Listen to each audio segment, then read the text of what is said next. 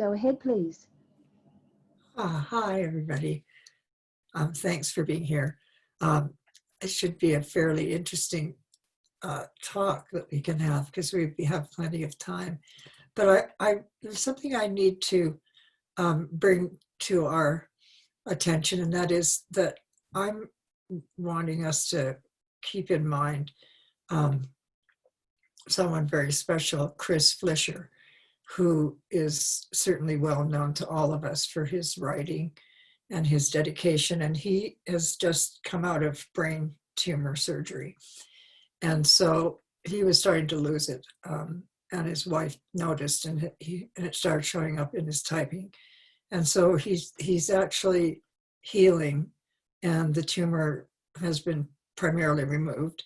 And I really wanted to let you know that this was going on with Chris Flisher, in case any of you have any relationship with him at all. He's a very close friend of mine and one of the most prolific online astrologers that I know of. And his columns are something I would never miss. I always read them because I need to know what he has to say. And so I just wanted to honor him, and because of that, that's why we just have four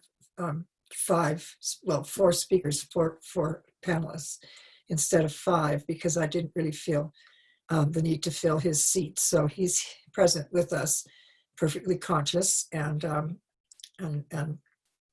recovering. So I needed to honor him, and I hope you'll all think of him for a little bit and send him some good energy so he heals up. He's in good hands, though. Great family. Everything's good. Now, I'd actually gone through quite a lot trying to prepare for this. It's really odd because it looks like it might be rather straightforward. And I thought, well, I could read Shakespeare's All the World's a Stage, but I think everybody's probably read it several times. And it's actually really, really good when it comes to the expression of the four stages. Actually, he has 7 stages of his life, and we're looking at the main 4. And what I was thinking when I wrote up and was really concentrating on what the planetary array was, is that, as I'd written to you, was Mercury and Venus, and the moon having to do with the childhood, because the moon has to do with the nurture. It's the mother. And in the first few years of life, the moon is extremely important because it is our deep depth level of unconscious that we operate with, and that a lot of our instinctual responses actually are lunar.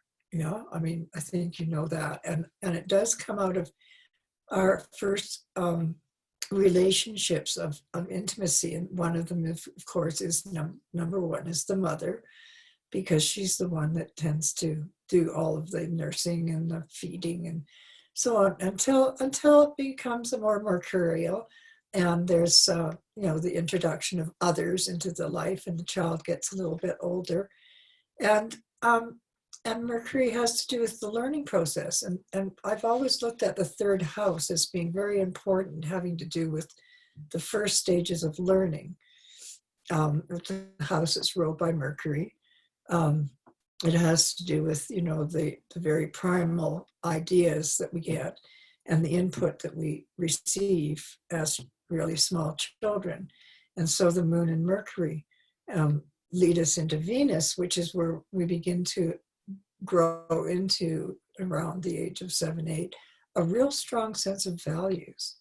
And, when kids start going to school and interacting in mass with other children, that's when their value system really starts to, come to the fore, so that they instinctively, because they're children, they'll instinctively respond to anything that's either aggressive or loving or, intellectually challenging or intellectually easy. But it's about in that time frame between the ages of 12 and 15, where the family dynamic imprint is really particularly strong.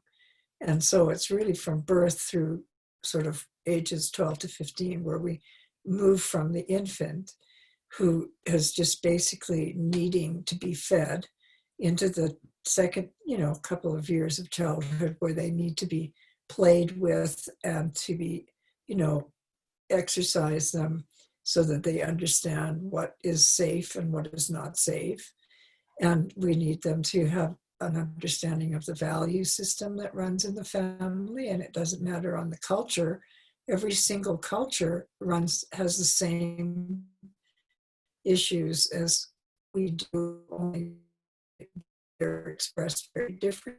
But they still have, in childhood especially, very powerful influences from the moon and then Mercury and Venus as they move between the ages of sort of birth through like just prior to the adolescence. And then the Mars-Jupiter comes in, which is next in line. And I thought, astrology is really, really tidy. It really is a very well organized situation for us to be able to look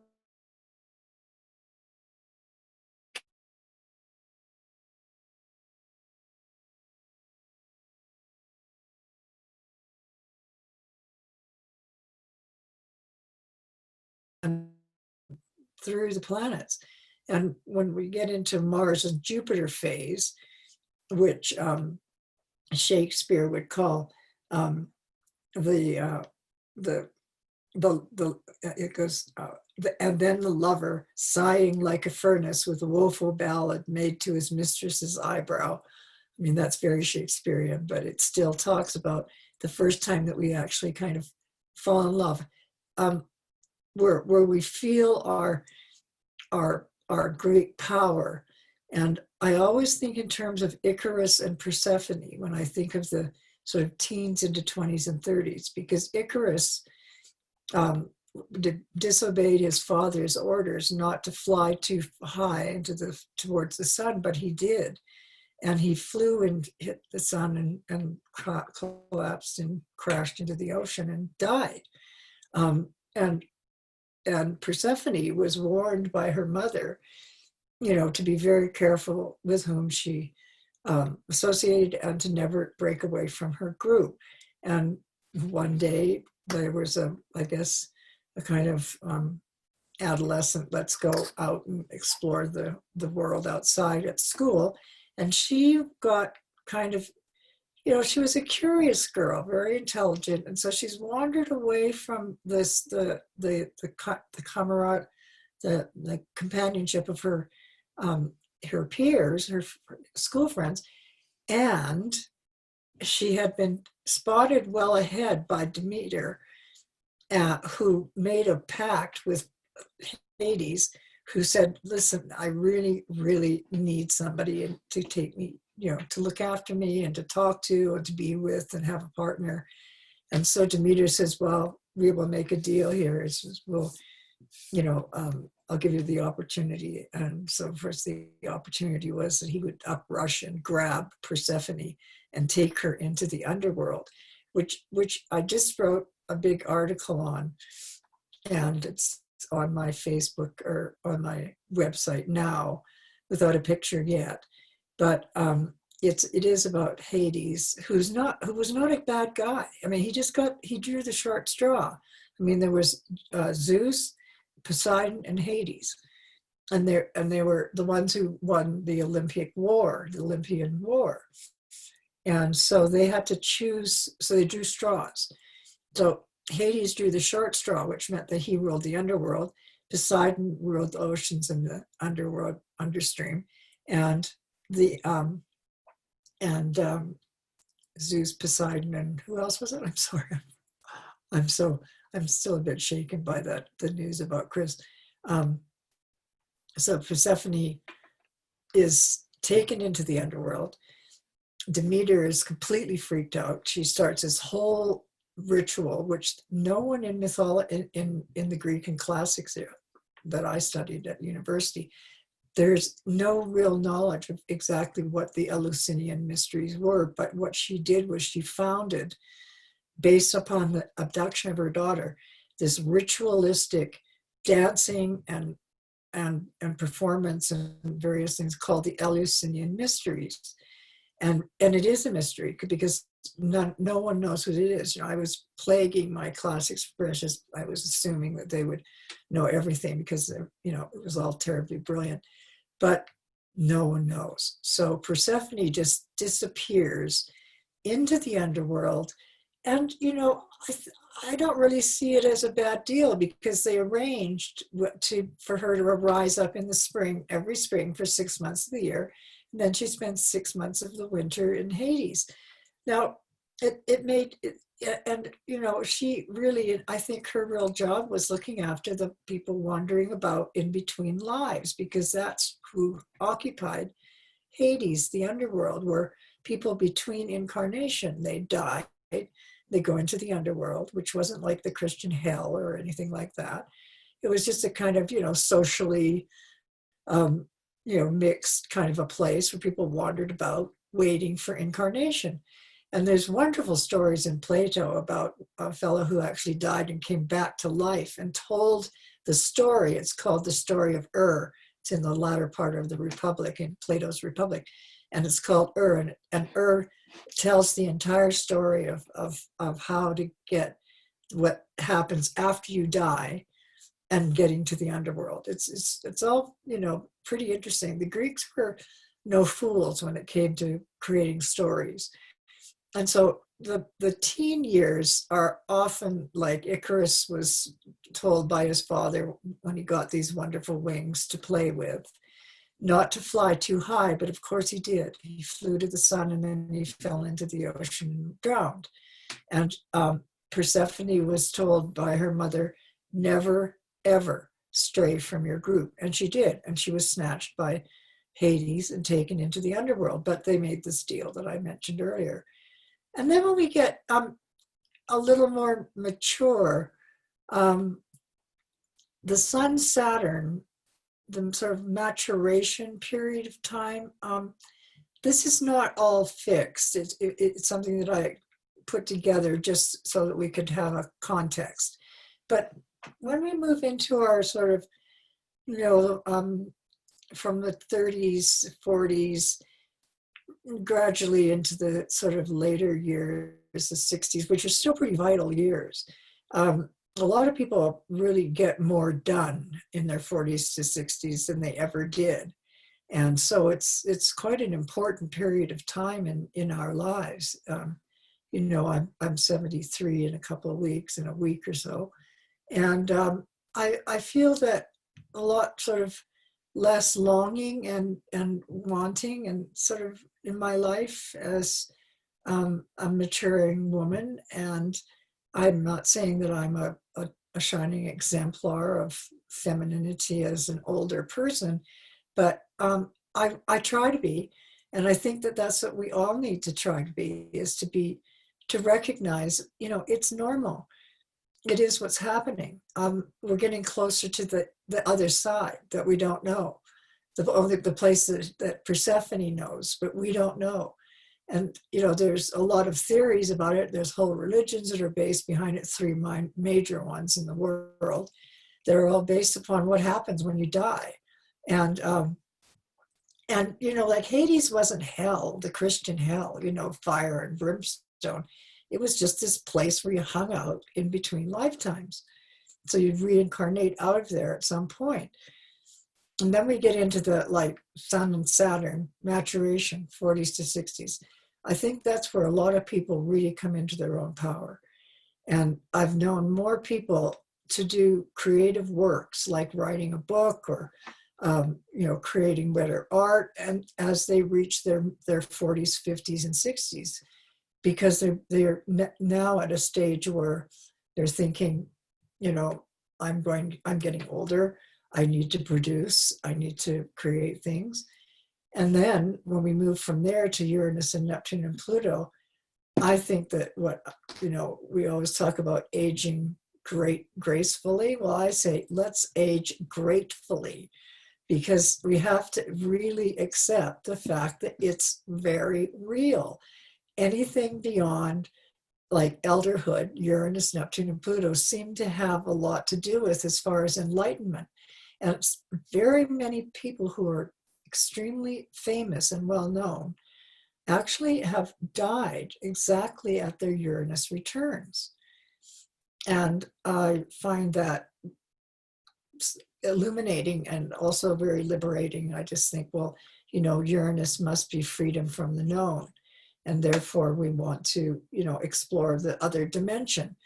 And Neptune and Pluto are very mysterious planets, and we only know them in how they behave. Phone.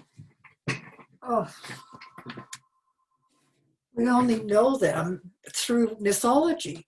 I mean, it's not like Venus where we see the woman, and the moon where Mummy is there with the breast. But the Uranus, Neptune, and Pluto period, I think, is one of the most enriching periods of time where you can actually, no matter what your level of education, your financial situation, whatever it is, it's these years where you really can come right into your own, and you're much more respected if you speak the truth, as opposed to trying to not be older and that kind of thing. So the idea about these ages, it just seems that there's so many stages of it, and to try and lock it into what I've done is just, you know, it seems appropriate. But I'm very interested in what you all have to say. I mean, that to me is really, I mean, I'm so excited because I know you're going to be giving some really interesting expressions on what's going on. So why don't we open the door to that, and we'll have Linda and Lesley and Cathy and Sue and Robert. Or do I call you Bob like I used to when I first met you with Jim Lewis, Robert Glasscock? Please call me Bob. I would call you Bob, thank you. That's how I met you, as Bob, in Burbank, in that house. Yes, and you remember in 1995 in Phoenix, Scottsdale. Remember that thing? Well, that's where I lived there for a while. Well, Phil said would put that together with Samantha, whatever her name was, and you and I and your then gentleman friend had dinner one night at that weekend. It was a wonderful weekend. Oh, God, yes. And yes, he was a producer from Hollywood, or a writer-producer. Well, yeah, I forgot his name, but I mean, when I saw your name on the list, I went, oh my God, I'm going to get to see you again. And It's amazing. It's been 50 or 60 years. 25 years. You never write, you never call. I never called, did I? And you never called me. It's okay. I'll take that. It's so great to see you again. It's great to see you, Bob. So you go right ahead and all right. Now I don't know how do I share? Do I hit share screen? I think that because this is your first time doing this, and it won't be your last, I don't think, at all, is that Linda should help you with that. Okay, thanks. Go ahead. Well, thank you again, both Linda and Erin, for inviting me. It's great to connect anytime, but I think for some reason, with all that's going on in the world with the pandemic and the ramifications of all of that on people and governments and daily lives, it's even more special to get together. So when I saw this flyer, first of all, it reminded me that I really need to change my picture, because this one, the one was there, is about 5 years old. This one is from about 2 years ago. I got a haircut. Oh. And I just turned 76 3 weeks ago, Erin. So I'm looking at this and I'm thinking, I have passed through these 4 stages of life. I'm now looking at rest in peace over there. So far, I have avoided the stooped over phase. I'm actually in perfect health, amazingly. And I told my doctor, who's from India and very simpatico with astrology, a few years ago, that I wanted her to keep me alive until I'm 92. And yes, that's based on my chart. And she instantly said, "You'll make it." And I said, "What?" She said, "You're over 70. You've never had any cancer. You've never had any cardiovascular disease. Statistically, you've got another 20 years."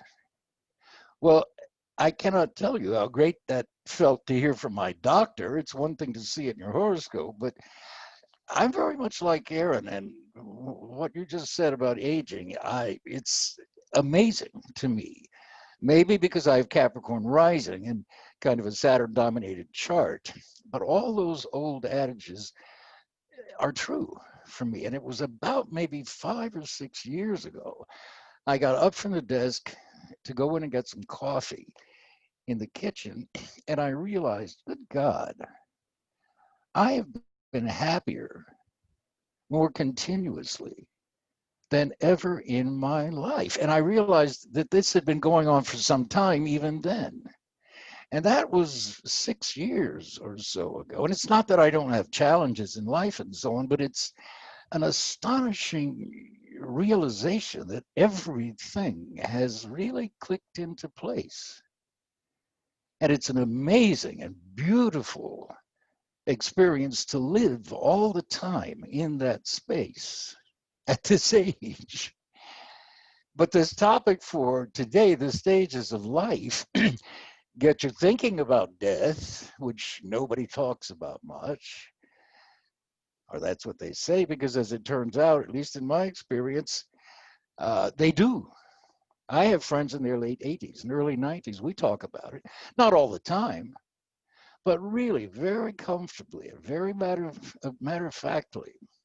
And we talk about our experiences of others dying, other people, and our own thoughts about dying and our own expectations.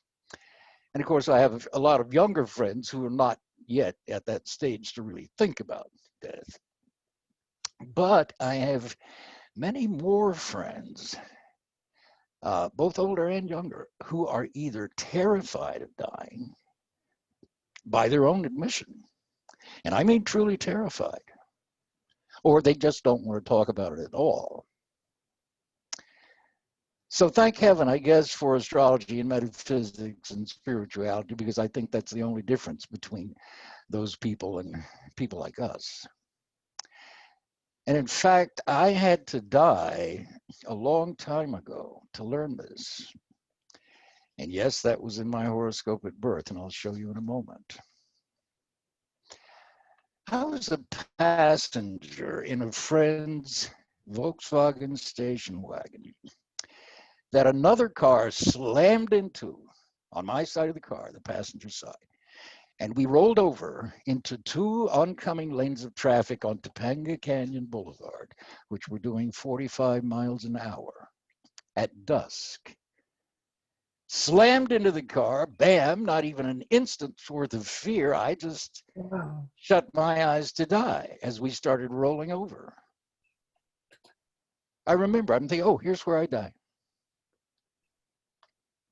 And then instantly, I was about 30 feet up over the car, watching it roll over into the oncoming traffic and watching those headlights swerving to avoid us and watching the car rolling over and crushing the roof before it finally righted itself. And three attendants from this gas station across the street ran out across Topanga and began to block traffic. I was looking at all this from 30 feet in the air. Then I heard the driver call my name, asking if I was all right. And it was dark for a second, maybe, not pitch black, but like when your eyes are shut. And then I opened my eyes, and I had been thrown into the back of Mark's station wagon.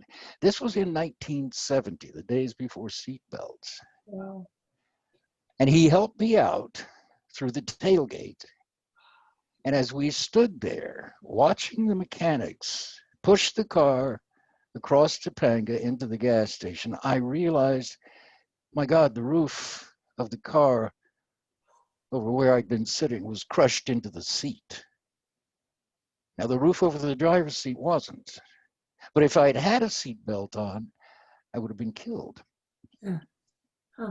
And I looked up at Mark, who was this tall string bean guy, and I was still in shock. And I said, I can't believe this. I was up over the car the whole time, watching it roll over, watching these guys run out. And Mark looked down at me and, stunned, said, "So was I." All right, so I guess I didn't completely die at 26 because I'm here 50 years later talking about it. Right. But that near-death accident and what happened during the year after that changed my life. And in many ways, and only in retrospect from this age, I realized it's probably the most significant event in my life because the ramifications of it opened doors into a much greater reality that fundamentally changed my consciousness. And it still reverberates throughout my life to this day. And without that accident, I might never have known that world directly, just secondhand through books and anecdotes. Now, during the 12 months after this accident, I had 4 more out-of-body experiences. The first one was really simple. Within a week after the accident, I was in bed. And I got out of bed and I walked over to the bedroom door. I could feel the carpet on my bare feet. And I stopped in the door and turned around and looked at my body in bed. And I was delighted to be out of my body. And I moved down the hall into the kitchen, tried to flick the light switch on in the kitchen, but I couldn't do it. And then I snapped back into my body in bed. And the first thing that went through my mind was, is that what death is? And I heard, that's all it is. It's just not physical. Now, the last experience, about a year later, was rising up off the earth and flying through the vastness of space. Pitch black, empty space at incredible speeds, aware that I was not even a speck of sand in the solar system.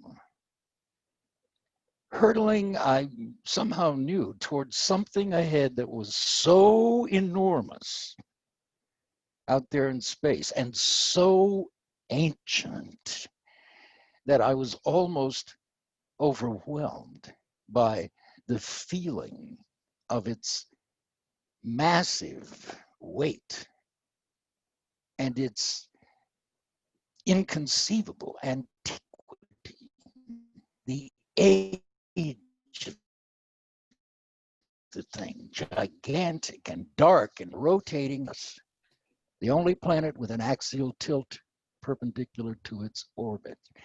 Now, words really begin to fail as you try to describe these experiences. But there it is in my horoscope at birth. My own personal link to the solar system, my horoscope, and yours is your personal link to the solar system and beyond. There is Uranus of accidents in Gemini of cars, in my 6th house of psycho and physiological self-integration, or lack of it in cases of dis-ease or malfunction. Psychological and physiological self-integration at this house. But it's in a favorable accident configuration. It's a fortunate, sudden and unexpected experience because it's protected by Jupiter's square. This is an aspect that Reinhold Everdeen in cosmobiology, Jupiter square Uranus, calls the thank the Lord aspect. Because whatever it is that happens, whatever the unexpected jolt is, it's a more or less profound lucky break in retrospect.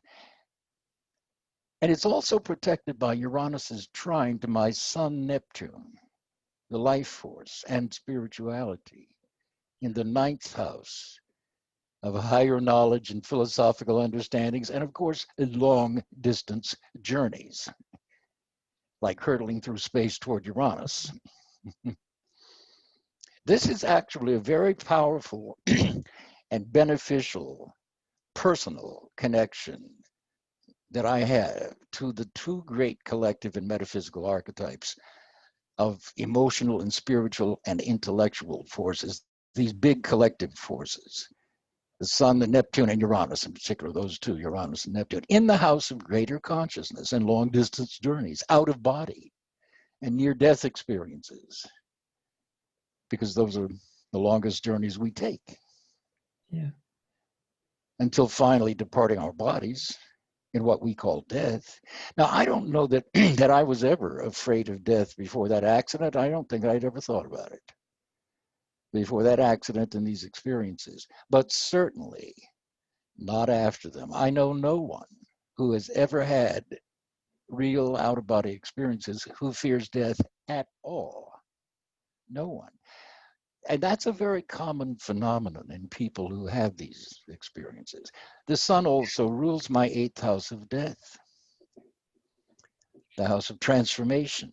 And this is a deeply metaphysical house, along with the 4th and the 12th. So I expect my ultimate physical death is going to be very much like these previews: quick, mind-boggling, and soul-stirring. And remember, Uranus is also the awakener.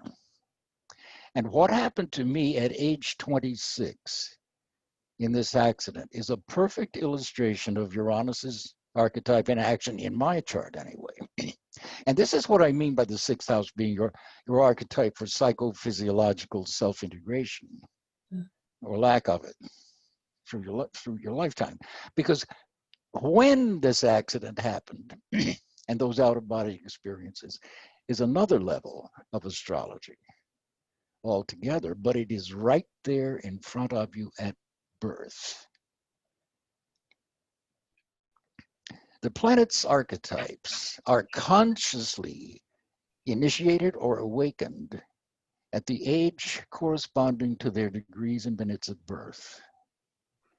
So for these purposes, Uranus, here in my chart, is at 13 degrees Gemini and retrograde. Not 13 and a half degrees, not 13 and 3/4 degrees, 13 degrees.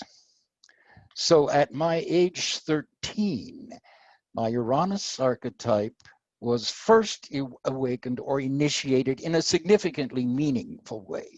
Whereas maybe before, the Uranus archetype might have played a more unconscious or background role in my life. But 13 is when I got my Social Security card and my first paying job. 6th house, anybody?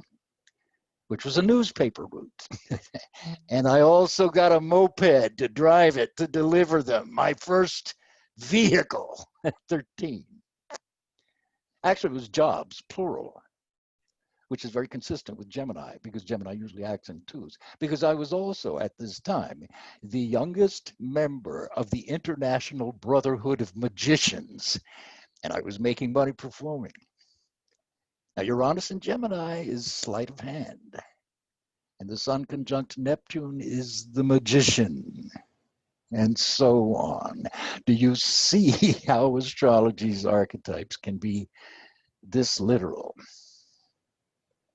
Now, Uranus's archetype in my 6th house ultimately evolved into two parallel adult careers that I happily and thankfully enjoy to this day: astrology and writing for television. Now, if you multiply 13 degrees by 2, you get my natal Uranus archetype again being initiated at a different level. Right. This was the year I was in that accident. 2 times Uranus's birth degree. Wow.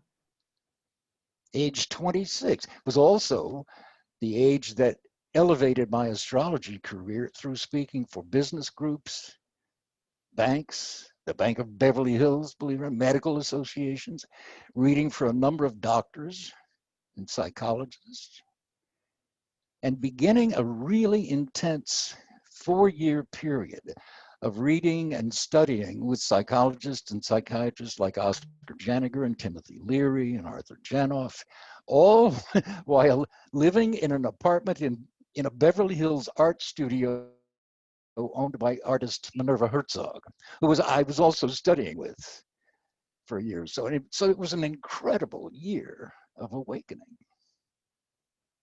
Now, all of the planetary archetypes have their first primary initiation at the age corresponding to their degree in minute at birth, rounded off to maybe a quarter degree or so, if you need to be that exact. So all of the horoscopes archetypes, the planets, the house positions, the aspects, are first initiated by age 30, when the cycle starts over. And they're initiated again at a higher level of development and realization. So every 13 years then, I have another Uranus and Gemini retrograde in the 6th house initiation. All right. And this is the ancient law of harmonics, basically, in mathematics and physics as well as in metaphysics. Further, the archetypes of birth aspects are also initiated for the first time by the age of 30, and they too repeat the harmonic cycle, forming aspect patterns of action and reaction that gradually become core beliefs about ourselves and about our lives that seem to be facts after a time. For example, I have Venus trine Saturn. Saturn's my chart ruler at birth, but they're not partile, are they? They're not exact. In fact, they are exactly 6 degrees away from an exact trine. So this establishes a harmonic rhythm of every 6 years of my life. I get another opportunity to achieve something concrete and constructive and financially rewarding through my art, my creativity, my discipline, and my work. And I love my work. Maybe I'll establish myself on a higher professional plateau, or maybe I'll raise my profile in the astrology community. I don't know. Or maybe I'll gain greater security every 6 years because of the degrees it takes for this aspect archetype at birth to become partile. Maybe even find the love of my life at one of those cycles, starting at 12, which again is that 6-degree age arc between the Venus-Saturn trine, multiplied by 2. Again at age 18, which is that age arc of that trine, multiplied by 3. Age 24, age 30, and so on. And indeed, the one at 30 was absolutely the love of my life. So these age arcs of the aspects between planets and the planet's degrees at birth become quick but really profound thumbnail ways to look at a person's life and development through the major significant events of those years, which greatly helps in forecasting. Now with Venus and Scorpio and trine Saturn, which of course Saturn rules my body, I'm very comfortable with death because I've experienced it.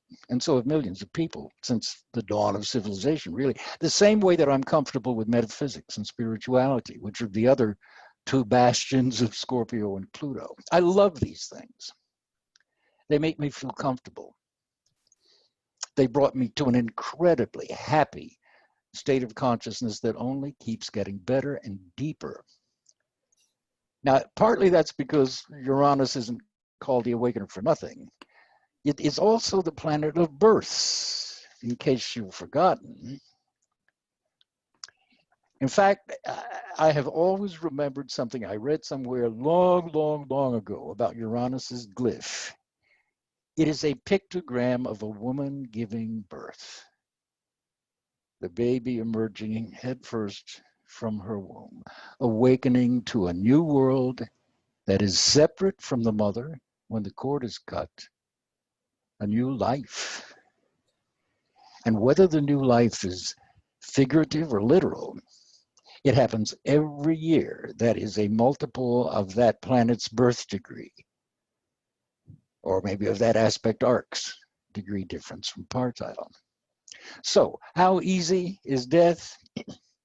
Try this on for size. There is not one cell or tissue or organ in your body right now that was there 7 years ago. Every cell, every tissue, every organ is constantly dying, and you're not even aware of it.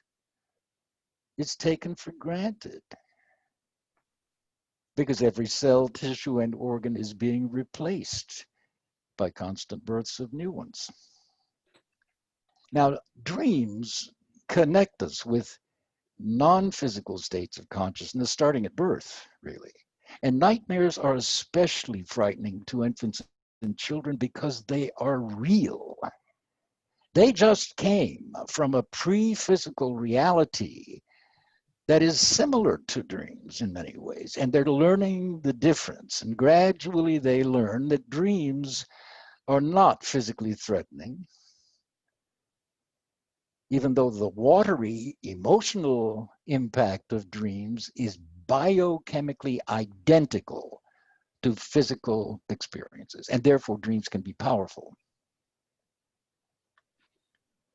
So it's necessary both to learn the difference between physical and non-physical or pre-physical realities in the way that pre-physical core beliefs about life and about people, for good or ill, shown in a person's horoscope, will eventually and repeatedly manifest physically until they're consciously understood and changed to produce better results, which really is the whole point, I think, of astrology as a philosophical system of unification with the natural rhythms of the solar system and the seasons of life on Earth. The soul or consciousness doesn't die in the sense that physical forms decay and die. Wow. These stages are telling you something true. When you hear people say that you don't die, the philosophers and metaphysicians that have written about this across millennia, they're telling you the truth. You don't. So-called death is a natural side effect of expanding soul awareness or consciousness. Gradually, or maybe suddenly, depends on you, the pre-physical or non-physical realms of awareness simply become more interesting and attractive than maintaining a particular physical outward form and identity. So the truth is, you are as dead now as you will ever be, and as alive as you will always be. And that's it. Stop share. That was fantastic. Bob, thank you so much. Can you, anybody hear me? Because my screen, everything has been Yes. very mixed. Yes. I have never, you are so eloquent, and thank you, because I learned so much from listening to you, Bob. And it's based on your, the degree to which you know things. It's also based on something much more deep. And that's what comes through when you're speaking. And I'm just really so happy to hear something that I have never heard before and that is so original and really brings to astrology a level of intelligence, literally knowledge, that I've never really thought through myself. I mean, I'm just not flattering you. I'm just saying that this was extremely brilliant talk. And Oh, unfortunately, I was unable to see you or anything because my screen was behaving. So I didn't get to see you. For some reason, well, you have just made my day, Erin, if not oh, my life. That's the most wonderful comment I think I've ever heard. Thank you so really? much. Oh, Yeah. I mean, I'm because it's been so long since we ever met, and we're all in different stages of consciousness at the time. And Yes, we were. I mean, we weren't going to die at that age when Nah, last time we saw each other. It would never nah, would have crossed our minds. nah. But for you to be able to speak so eloquently and so, with the illustrations that came with it, including the car wreck, wow. Yeah, I've had a few near-death experiences myself, Good. and so I know what you're talking about, but I have never been given the opportunity to speak about it. So I'm really, really thrilled that we've given you that opportunity and that you'll, of course, join us again. But I can just say thank you so much for opening that Well, uh, thank you, Erin. That really door. means a lot coming from The you. doors of perception just swung wide open. And the way you express the astrological, uh, experience that is inherent within the archetype of the planet and the sign and the relationship by, the discussion that goes on in an aspect. Um, it's all terribly original. So, I mean, at your age, then you are obviously maturing rather well and using a lot of what you've been through to express it to so eloquently to all of us. So I'm just thrilled. Thank you so much. Thank you. You're very Thank welcome. you. Really Thank you. appreciate that. No problem. I would love to see everybody. I can just see four of us, but I didn't see you, Bob, when you were talking because of the screen. Well, could you see the screen though? All right. Mm. The PowerPoint slides, I mean.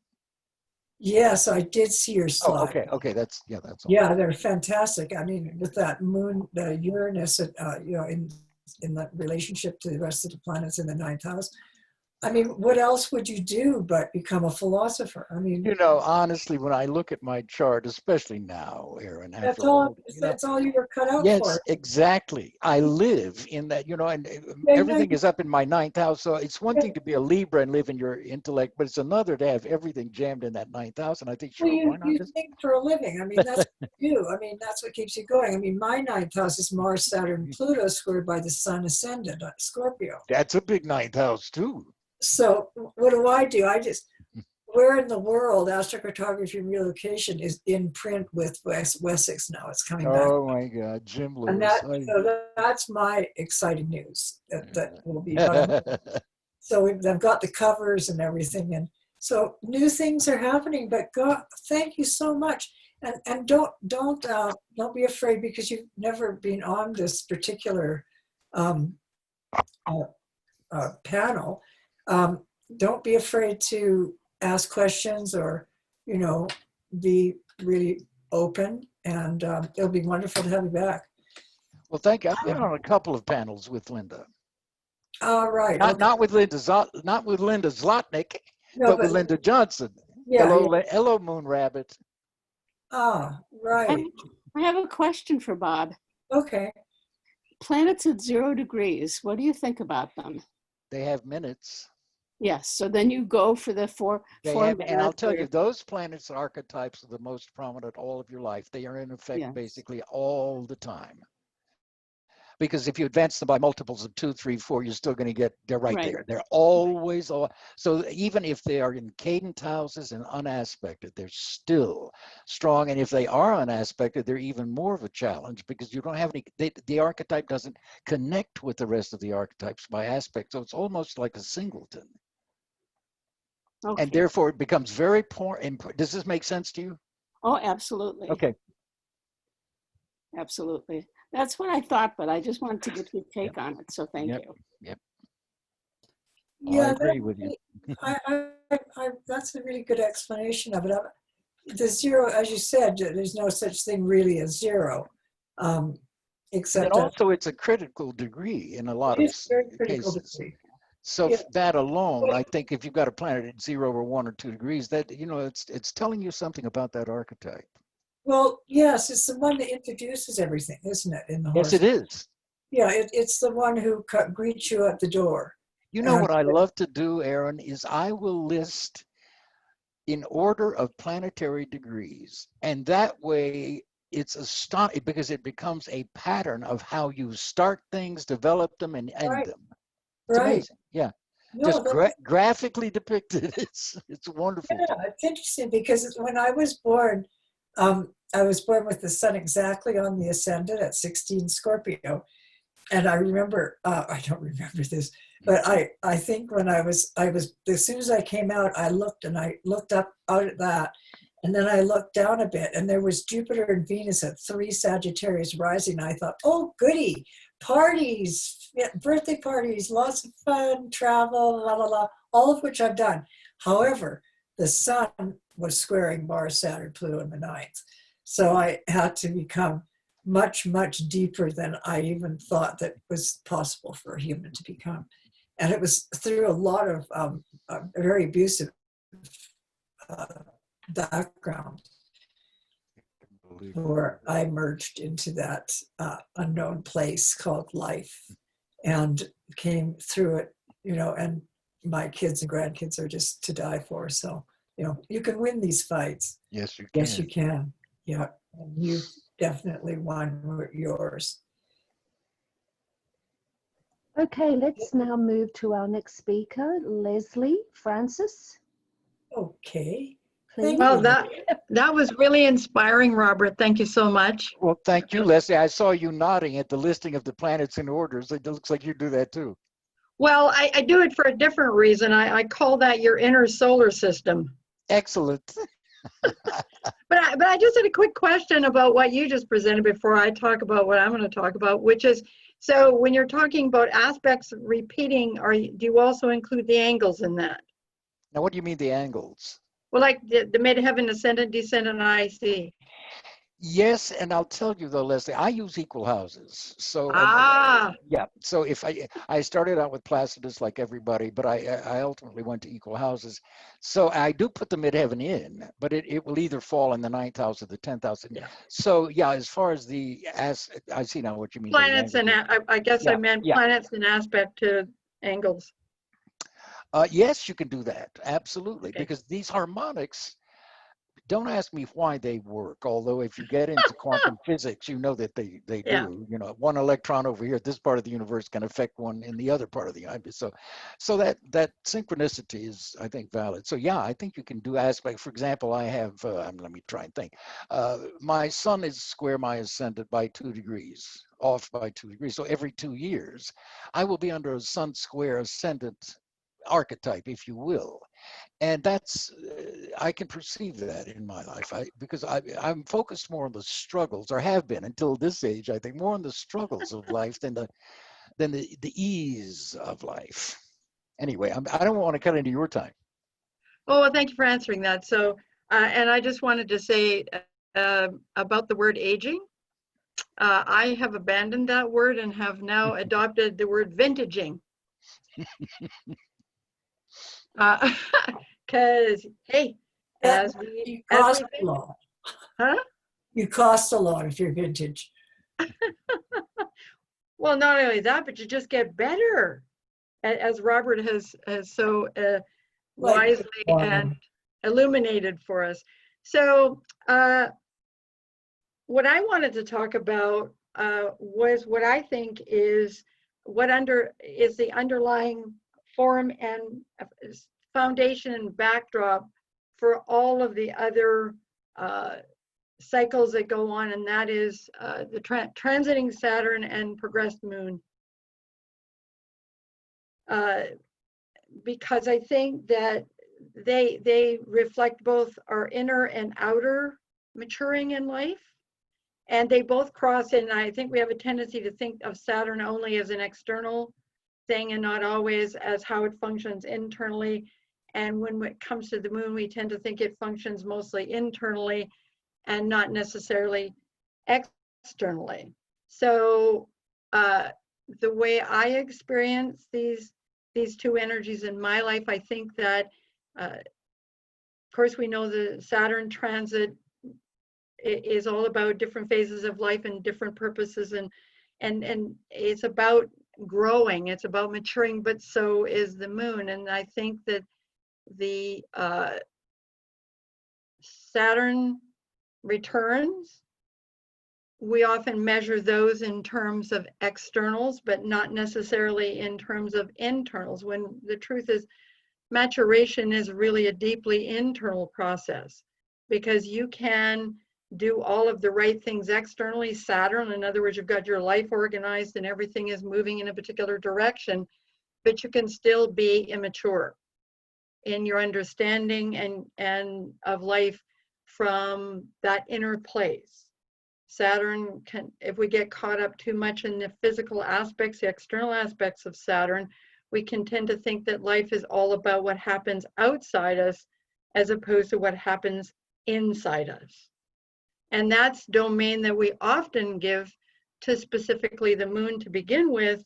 And certainly when you look at how the rest of the cycles weave in and out of the progressed moon cycle, which is 27.5 to 28 years, and the Saturn transiting Saturn cycle, which is 28 to 30,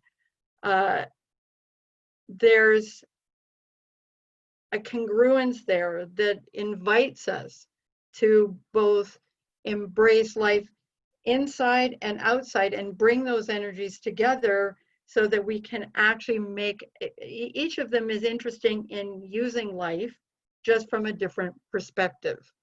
And yet, and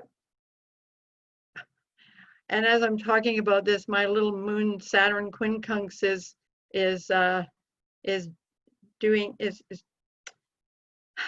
sometimes I hate quincunxes. Anyway, for me, that interplay, that dance that goes on in the background, because it's always kind of in the background. Your progressed moon is going through whatever phase it's going through, allowing an opportunity to experience all of what life has to offer, from the new to the crescent and on to the balsamic. So there's the development of your inner personality, your inner self, as a reflection of the moon's relationship to the sun in your birth chart. And then we have the Saturn transiting Saturn cycle, which invites us to engage in the externals of life, not specifically only to produce external results, but also to find a way for the sun to express itself in not just in concrete ways, but in ways that promote growth and maturing. So here's an example. I'm an Aquarius. So when I was younger, I tended to shoot myself in the foot on a regular basis just because I had to resist everything in order to prove to myself that I was coming from a place of what I wanted and not what other people, either the rules, the regulations, and those sorts of things, and really resisted the notion at all that Saturn had anything to do with Aquarius. And it wasn't until I, started to really look over my life and realize that when I was younger, Saturn and Virgo really was much more in charge than my natal Uranus was, in spite of what my brain wanted it to be. So for me, those two underlying patterns are always about developing character and about, bringing all of what's inside you to express itself externally, to make your inner and your outer life congruent, so that one is not operating on a different frequency than the other one. And how, it's kind of, how many times do you meet people who say one thing and then promptly do another? It's like they don't have that sense of congruence that comes from being aware of their inner self and how they express themselves in an outward manner. So I'm not going to talk about the Saturn cycles or because everyone's quite well aware of what they are. This is just how it's funny, because when I was invited to do this and I looked at the invitation and I thought, well, maybe I'll talk about adolescence, because that is always for me a very fascinating time of life, because you've got the Uranus Saturn stuff going on and the person doesn't know whether they're coming or going.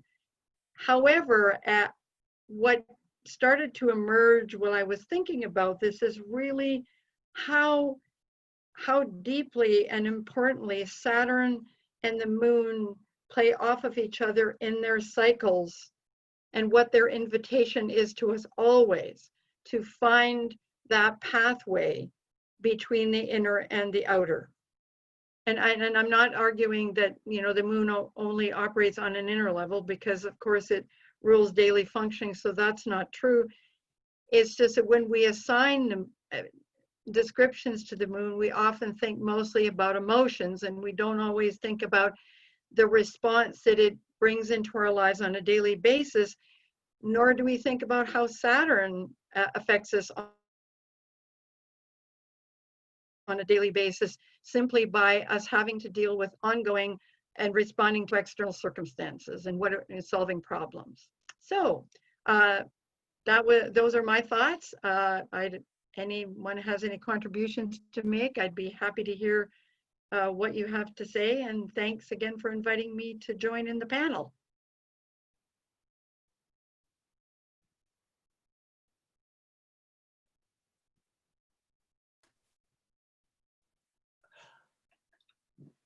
Hello, can you hear me? Yeah. Yeah, I'm having some technical problems here where I'm not getting to see people when they're talking. And I can now see Lesley and Cathy and Erin and Linda, but not Robert. So hi. Anyway, thank you so much for your thoughtfulness in your talk. Yeah, it strikes me that what we're looking here as far as Saturn goes is timing. He's the great chronocrator, if you will, the one who, delivers us, brings us into our lives, and takes them away. Until we got into Uranus and Neptune and Pluto. Saturn, of course, was the terminus, wasn't it? Yeah. I have one more thing I'd like to say, because that's that just popped in. So for me, Saturn, is in a sense the bridge between the personal self. It was the very word that I had in my mind, that it's the bridge. And the outer planets, because, again, it's back to, how do you actually live your awareness, your consciousness? If your consciousness expands and you have all kinds of really interesting life experiences on other frequencies like I have, how then do you put that into play in your life, or do you keep them separate? Because lots of people do. It goes, it has a lot to do with what you believe spiritually and whether you actually live it. And Saturn and the moon have a lot to do with whether you actually live it. Well, I think that compartmentalization is a very, very important defense mechanism. Mm-hmm. And so I think that that's why we were given the brains that we have, so that we can select and deselect. But there are times when the door is flung wide open. And like when Bob was talking about his car accident and the car on its roof and him going through all, that's where the bridge between sort of Jupiter and Uranus is Saturn. In other words, it's like, stay still, don't move, make sure nothing's broken, test all of your organs.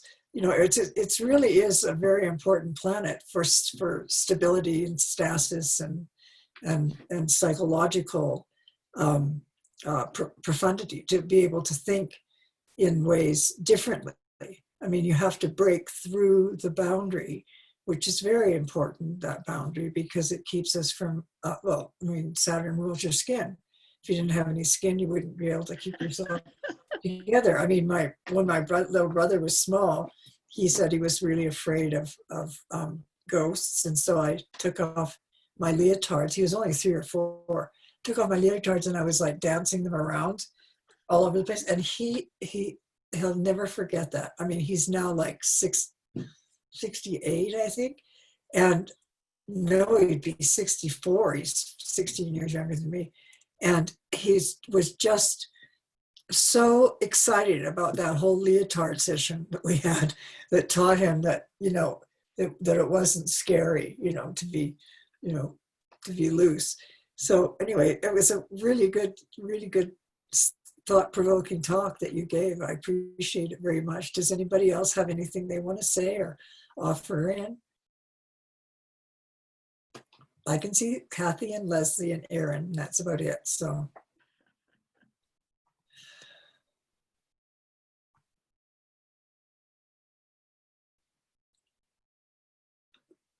It would be great if I could see who was next. Okay, so let's go now to Cathy Lindsey. Go ahead, please, Cathy, unmute. Thanks, Linda. Okay, hi, I'm Cathy Lindsey. I live in Des Moines, Iowa. And I found it interesting, Robert, when you were talking about your near-death experience, because of the fact that I was hemorrhaging from my uterus and had almost really bled out. I was in the emergency room. And all of a sudden I was above my body. I was out of my body, and I was watching the nurses and doctors, 4 very panicked doctors, screaming and yelling orders and everything. But what I remember about myself was that I wasn't afraid and I had no pain. And the first thing I said to myself as I'm watching, I went, you're in deep shit here. And so there was this calmness, this almost kind of reality, you know, you're in big trouble here, but no fear and no pain. And I just watched as these doctors were screaming orders at people and nurses running with fluid, etc. But since then, there's been no fear of death. And I wanted to share that with you. It's amazing when you have that experience that it wasn't painful, it wasn't, you know, scary, I wasn't afraid. And then all of a sudden they got fluids in me or whatever. And I actually dove from up above. I dove right into my crown chakra. Right. When I went back in my body. Fantastic.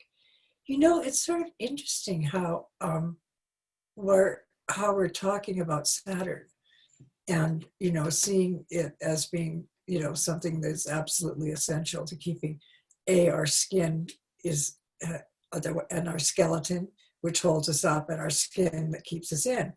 But it's also a very dominant planet right now in the sky, and it's behaving. I mean, what have we got? But you know, today, right now, we've got Jupiter at 19, the moon at 21, Pluto at 22, and Saturn at 25 degrees of Capricorn. Excellent. And we also have Mercury retrograde in exact opposition within 2 degrees of Uranus. And so, you know, that's why I think that you know, we're really going in a lot of directions, but they're all basically theming around the same central focus. And I was kind of wondering what those aspects were going to bring, and it brings, you know, to my mind a variety of ideas that have to do with depth and perception and the capacity to grow and expand. And you know, this is all what we're talking about, because if we're talking about sort of the Sun-Saturn age, the real serious maturation from 40 to 60, they're often your most vital years.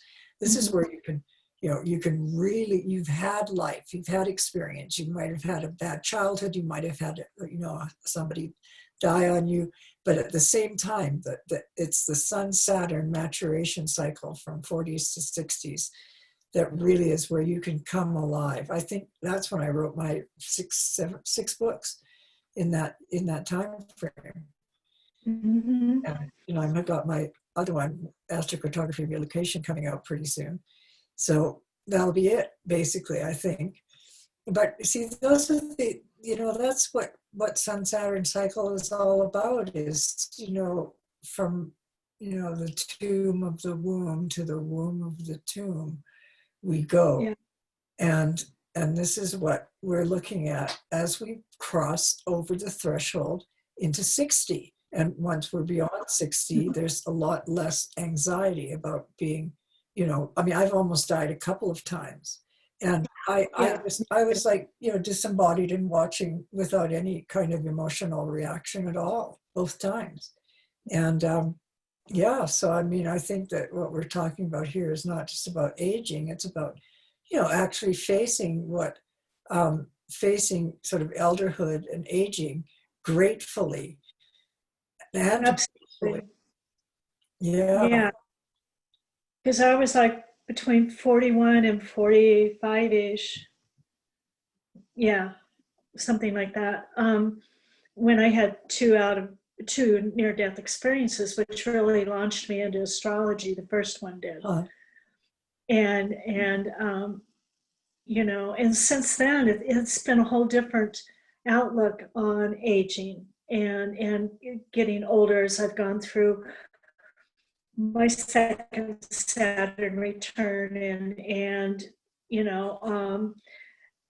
that ability to really, what am I going to do with the second half of my life, the second Saturn return kind of, what am I going to do when I retire, became a whole different focus after the near-death experiences, and being able to really plan it and not be afraid of it, the fear of dying kind of thing that a lot of people go through. And then now I'll be 71 in January, and the 70 year kind of threshold I've noticed has been, what do I want to say, there's more like a real comfort in really thinking, not planning for the second half of my life like you kind of do at the second Saturn return.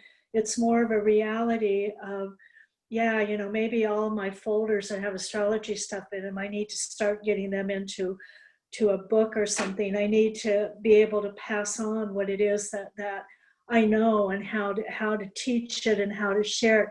It's kind of gone from that planning to, okay, now I need to really get some concreteness, Saturn, into what I'm doing. And I've noticed that at 70, besides being fun and, not the old fuddy-duddy that they picture the elderly as being, getting out there, except for COVID, getting out there and doing a lot. I mean, I dance and I do music and the whole bit too. But this really thinking, okay, it's not so much what I'm going to do for the rest of my life now. It's like, what is it I want to pass on?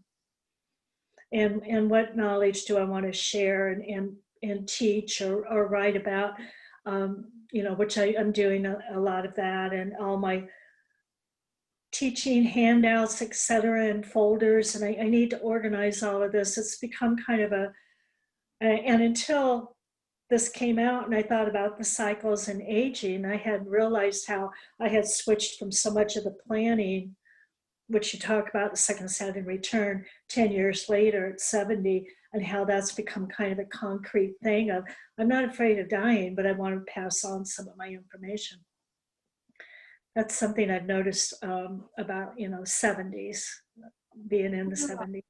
I'm glad you bring it up like that, because it's time to start assembling, and not disassemble, but to actually get rid of a bunch of stuff. And I'm having to face that now. All these folders and just this, filing cabinet that's making me crazy. And it's all stuff that I just don't really want to do. I mean, I really don't feel like I want to do that. And yet I think that's exactly what we're supposed to do. And so I'm kind of dallying at the threshold of just, let's get it together here and face the reality of, you don't want your kids to have to deal with all this stuff. So I have them as an excuse for behavior, so that I can not leave them in a situation where they don't know where anything is and all of that kind of stuff. So I think that that's the important part, is that we don't leave a mess for our friends or our family, and that, and that we can enjoy our friendships and so on. Exactly. It had, and then of course that's a little bit of the Saturn, of course, that's what we're talking about. But that organizing it, but I don't like to organize that much, even though I'm a double Capricorn. But a lot of my stuff is in the 12th house, etc. But at any rate, I have my piles. My piles are organized. I know it's in each pile around, and the same with my folders. And it's like, no, I got to do something with this. I got to leave it at least organized behind and get rid of some of these papers and different things that I don't need anymore. And yeah, I don't really like to do it. Once I get going, though, I can get a lot of it done. But yeah, so that's kind of like. I think what you just said is really quite important. Once you get going, it's all right. And, that's the thing about being alive, is that as long as you get going, everything's all right. That's true. I mean, it just seems like a little sort of iconic little thing to say. So who's next? Because I can't see anybody except for you and me on the screen, Cathy. And so Linda. So Linda Zlotnick is next, but Cathy, do you have any further to share with us? I think Cathy needs a bit more time, Erin. Yeah. I had a little thing here that I was looking at when I was kind of putting this together, and I was looking at each of the outer planets as we age and as we get older. And Jupiter, of course, we know is a Jupiter return is what we really look at, and each Jupiter return brings about something significant when it comes to our growth and our aging and a little bit of the good fortune kind of a thing. The Saturn we've been talking about, very important to the first Saturn return. Of course, suddenly you have to grow up. And the second Saturn return, which we've been talking about, and how that is a turning point in planning what we're going to do with the rest of our life, basically. And then the third Saturn return is at 88, I believe. And wait a minute, I threw that. Yeah. The third Saturn return is when we're 88. Well, and I was talking about 70, and how from the third Saturn return, when you're 60-ish, 10 years later, how it's kind of shifted when we're around 70. And then as we go into the third Saturn return, which is when we're 88. And that's when you really face immortality if you haven't looked at it before and you haven't experienced it. And the near-death experiences, those of us that have that, we've kind of experienced it and we don't no longer have that fear of it. But a lot of people will take on that fear at the third Saturn return. Spirituality comes in more, and then that's when you really, between the 70 and the 88 actually is when you want to pass on your knowledge. And I believe that starts at 70, like we were talking about passing the torch. Uranus, that's another one as we age. One of the main things, of course, in the Uranus cycle is the opposition, which is around the time of midlife crisis. And you can almost tell just about with everybody when they are approaching that midlife crisis. And it's kind of like, oh my God, what did I not get done when I was young? And am I really growing old? You're kind of in that middle part there. And there's always those scenarios of guys going out and buying a red sports car, or, different things that you feel you missed when you were young, because the reality of realizing that, hey, I'm starting to head to, the later 40s or whatever, towards the 50s, and that reality comes in there at that Uranus opposition or midlife crisis. A really, really important time in our growth cycle with the planets and with Uranus. there's, you know, there's some other things with Uranus, like when we're 14, there's a Uranus aspect, and when we're there's a trine around the age of 28, and you can watch all this with people, but the main one is the midlife crisis. And around 63 though, so right around second Saturn return-ish, coming out of that is when we have a waning Uranian square that comes about then. So, and then we have, well, anyway, with that there, that's around the age of 63, which can bring a shock into people also, having to react coming out of the midlife crisis to, oh my gosh, okay, you know, it's there's a what is it, a waning trine around the age of 56, and then there's a waning square around the age of 63. So Uranus is kind of activating us all along from that midlife crisis in particular, as we continue to move up to the age of 70, which at the age of 70, there's a waning sextile that Uranus produces. So that kind of hit the 70. Neptune, of course, is spirituality and different things with that. Waning square around the age of 41, a waning trine around the age of 55. So if you're kind of picking up on this with the major outer planets, etc., they seem to trigger around the same age within a few years of each other. The waning square with Neptune at 41 and the waning waxing trine at 55 kind of goes along with midlife crisis at 42 with Uranus and the waning trine with Uranus at 56. So these outer planets are kind of tapping us on the shoulder and giving us a little shake all the way from like midlife crisis on until, you know, we become extremely elderly or we have decided to pass. So that it's like they're all working together with different subjects of what their energy is about.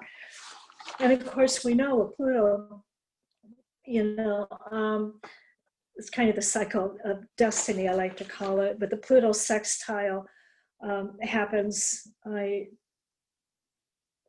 I didn't write that age down, but after the Pluto sextile, the waning waxing square comes in around the age of 62. And then, you know, we have a square after that, but we're getting into where we are passing then. When I started kind of looking at all this, I kind of looked at major aspects that when we really get elderly, and I'm talking about the ages between 82 and 88.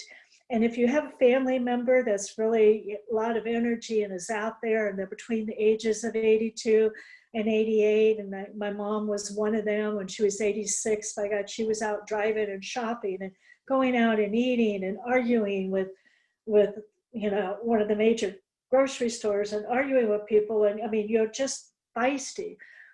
Okay, that whole period between 82 and 83 are major cycles that happens. So the kind of crazy, wild, fun-loving mid-80s, basically, as we mature. So Jupiter has 7 cycles that ends at the age of 83. Saturn has 3 cycles. It ends at the age of 88. Uranus has 1 cycle, the age of 84, the only actual return, Uranus return. Neptune has an opposition at 82. Pluto has a trine at 83. These are all happening within a few years of each other as we're all in our middle 80s. And I thought that was kind of a very interesting concept to look at. So that's kind of some of the things that I was looking at and putting together when I was asked to be at this panel. So now I want to thank you for that opportunity also to be on the panel. So if you have any questions, go ahead, I guess.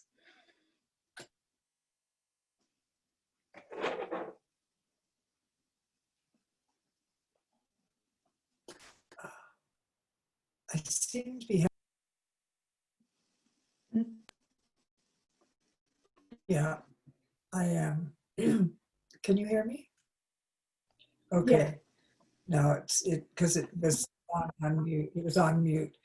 Okay, so what you were saying, especially about these latter years and drawing together all these really tight cycles that suddenly, as if like life suddenly becomes very compact and tense and full, as if there's so much that we have lived through once we hit, if we're going to hit, say 78 to 80 and beyond.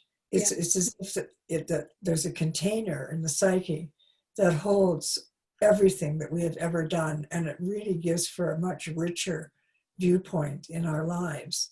This is the opportunity to have that. This does not always happen. Yeah, it can't always happen. And, you know, it depends upon a lot of physical and external matters. Yeah. So what I'm thinking is it would be really important for us to realize that these cycles that you've so clearly sort of collected at the very end, you know, from sort of this late 70s onward into that time frame, it actually, to me, you know, as somebody who is just about to be 73, it you know, it sounds like a very positive experience. And I would expect at this stage, from the way I feel now as a person, because you know, I'm trying to express what you've been saying, is I think that it will get easier as I get older to actually get my life in the way that I like it to be. And it's already started. I mean, things just really shifted right around the age of 72. And now and that's this year. So here we are. And looking at life in very, very unusual ways. There's a kind of a capacity to distance yourself more. You know, you're not always emotionally engaged in a situation. Yeah. So there's a level of transcendence that takes place in that time frame. And, you know, I mean, you described your mother, and I thought, well, she doesn't really give a damn, you know, about what other people are thinking about her right now. She's just getting out and doing what she has to do, and, you know, getting her food and getting her gas in her car and so on. So, you know, I think that when these latter years, as in the Uranus, Neptune, Pluto years, elderhood to aging, it's sort of like I said, we want to age gratefully and gracefully, and also with wisdom, you know, so that the wiseness of time, as opposed to the despair of not being young. And there's nothing quite so sad than an elder person trying to look like a 14 to 15-year-old kid. Yeah. You know, whether it's a man or a woman, it doesn't matter. You know, it's about accepting your limitations, which is when we get our second Saturn return. You know, you start getting that around 60, is recognizing, oh, right, okay, I can't do everything. So that's time to start narrowing your vision and, you know, not broadening your consciousness, but narrowing your vision down to your expectations of self and others. And so I think that what you were saying had a lot of depth and meaning to it. So I really appreciate that. Thank you. Thank you. Yeah, you're welcome. Yeah. Does anybody else have anything they want to put in and talk to Cathy about? Because I can only, yeah, great. Okay, now we'll hear from Linda Zlotnick. Go ahead. Okay. Hi, Linda. Yeah. Hello. Okay, good. I have to say I really have appreciated every single presentation that we've had today. And I feel like I'm on a panel of elders, you know. It's very Saturnian because we're all kind of post our second Saturn return.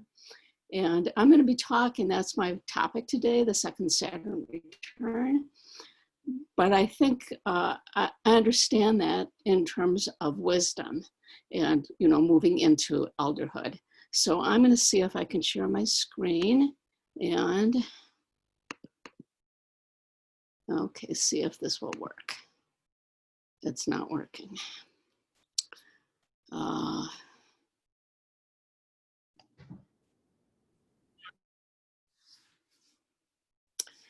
Okay, so I wanted to talk about second Saturn returns because I've seen them in the lives of my clients kind of go one of two ways. And I've seen people think of them as an ending, which is a Saturn feature, but I've also kind of decided that it's a positive opening for a second chance. So here's just our friend.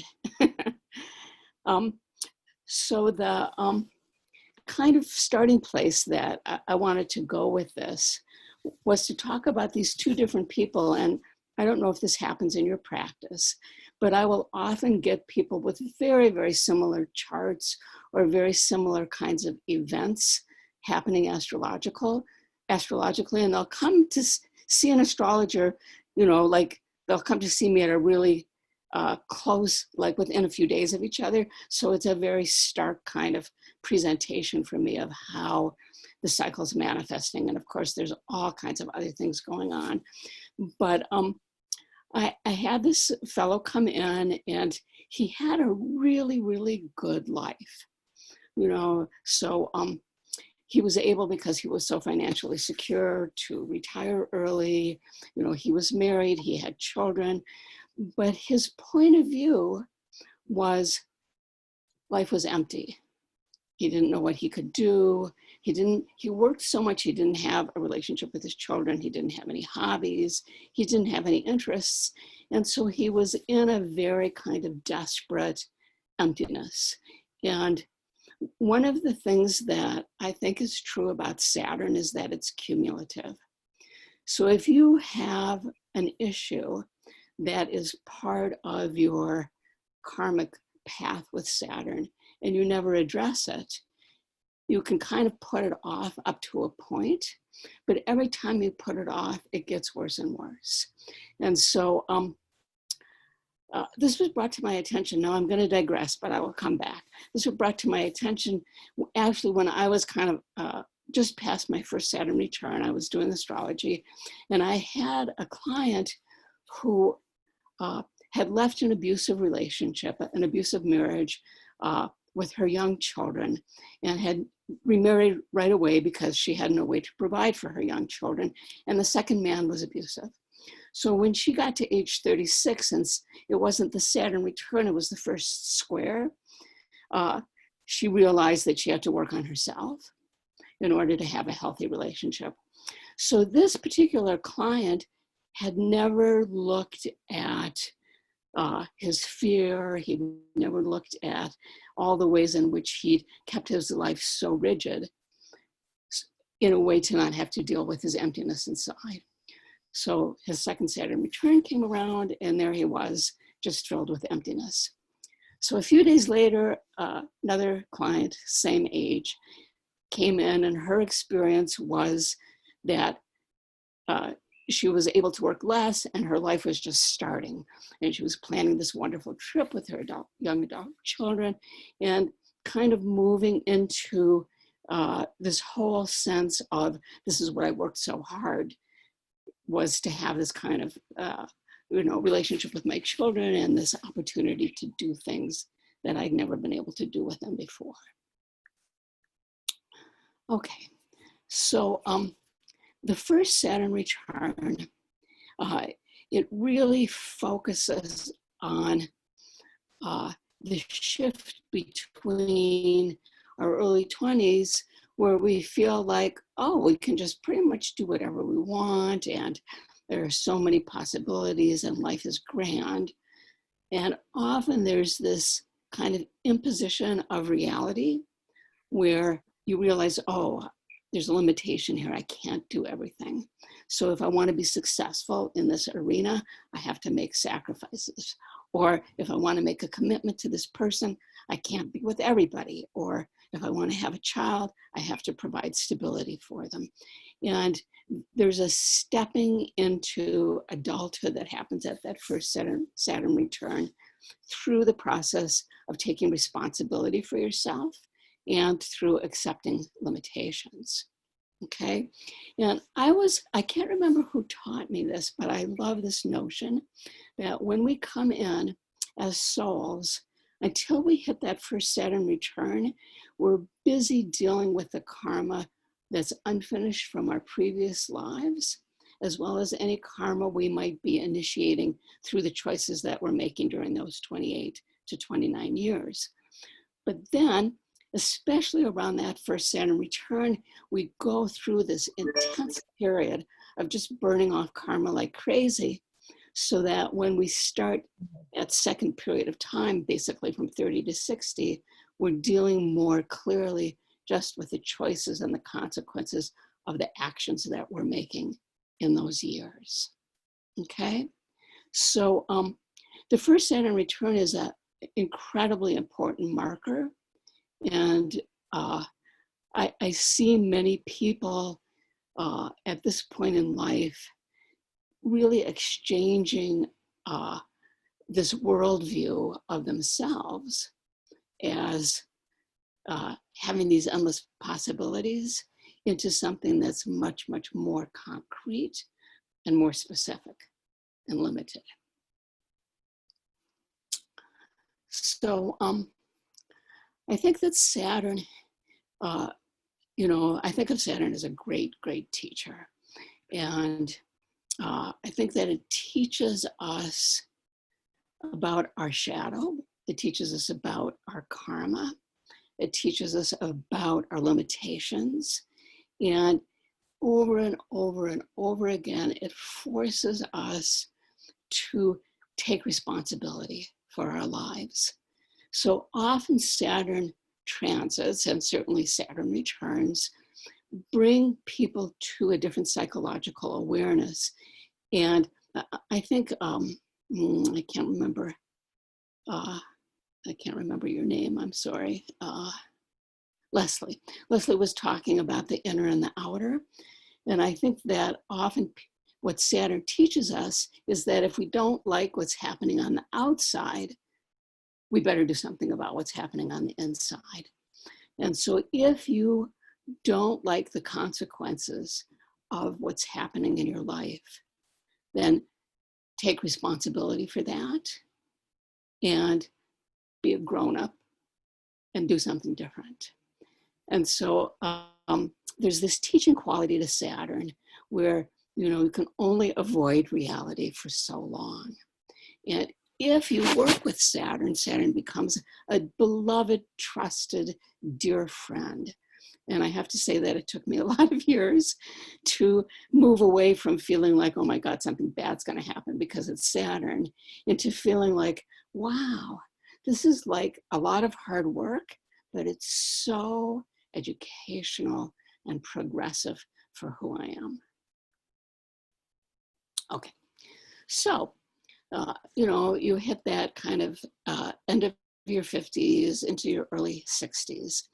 And it used to be, back in the good old days, people could think about retiring. I think that happens now, but it happens less. But there is almost universally a reevaluation of work for people. And so, I have a few clients now who are going through their second Saturn return, who have been in the corporate world and hate it, and it's toxic. And even at age 60, they're thinking about, what can I do to get out of this? And, how can I find something that's truly meaningful? People do retire. And then, like I said in my kind of earlier part of this, some people just deal with emptiness that they've been avoiding. The second Saturn return fairly universally for the people who come to see me, brings up these issues of aging. We've been talking about it, I think, in a very positive way today, but for some people it's not so positive. And a lot of people I know start losing friends. You know, people get cancer, people have heart attacks. You know, there's a real reality of mortality that sets in.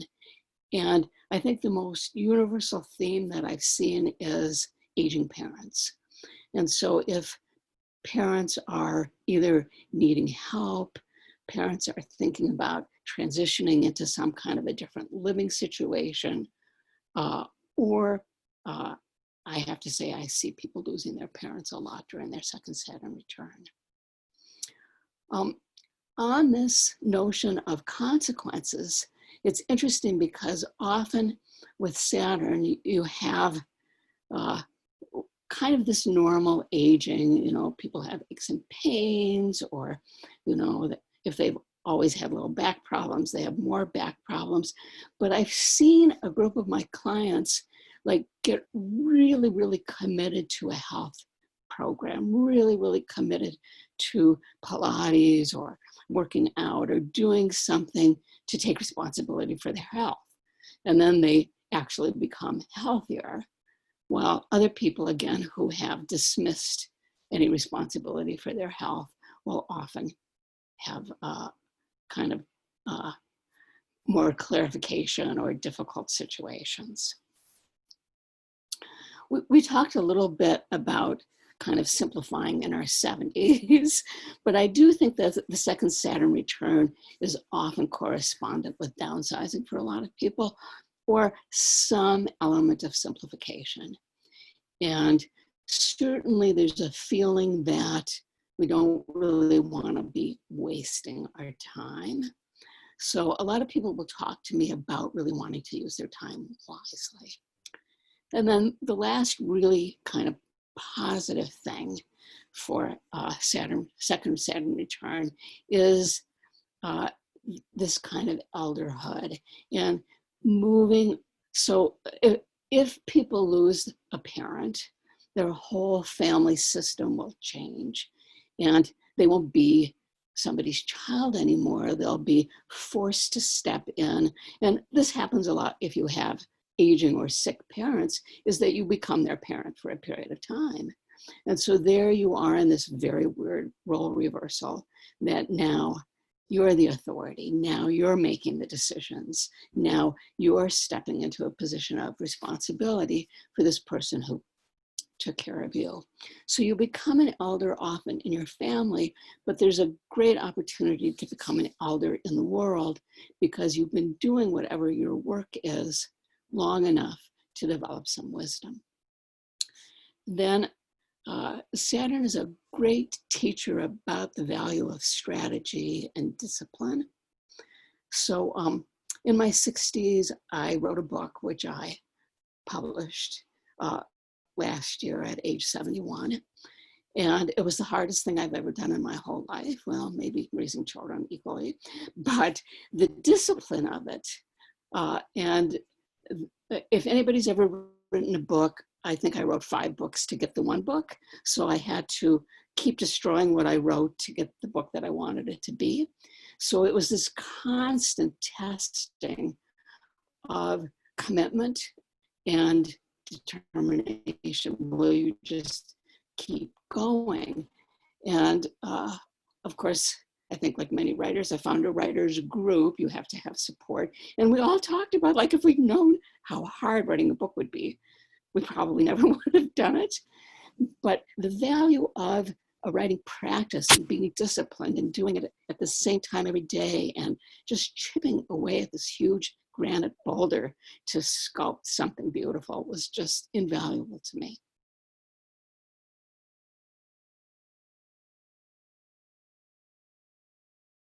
Okay, so kind of the final point of view I want to bring in is that often during our first Saturn return, there's a way where we point of view and possibly even their wisdom, because we need to become our own authority.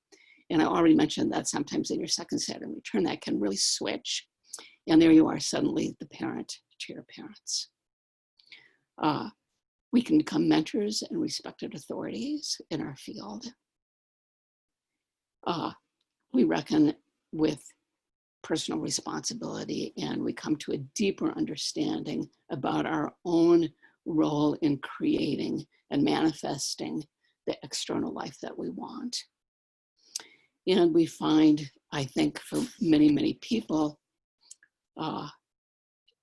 once we're able to understand the steps in becoming our own authority and taking responsibility for our choices and actions and in working hard towards our goals, that we actually have this newfound capacity to move our life forward in a way that we wouldn't have when we were 30.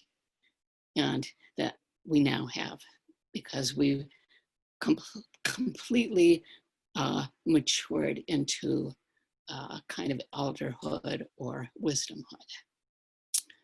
So,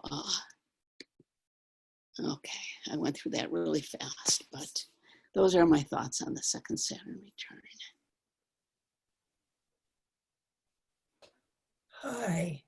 I thought your thoughts on the second Saturn return were fascinating, gripping. Having been through it, you know,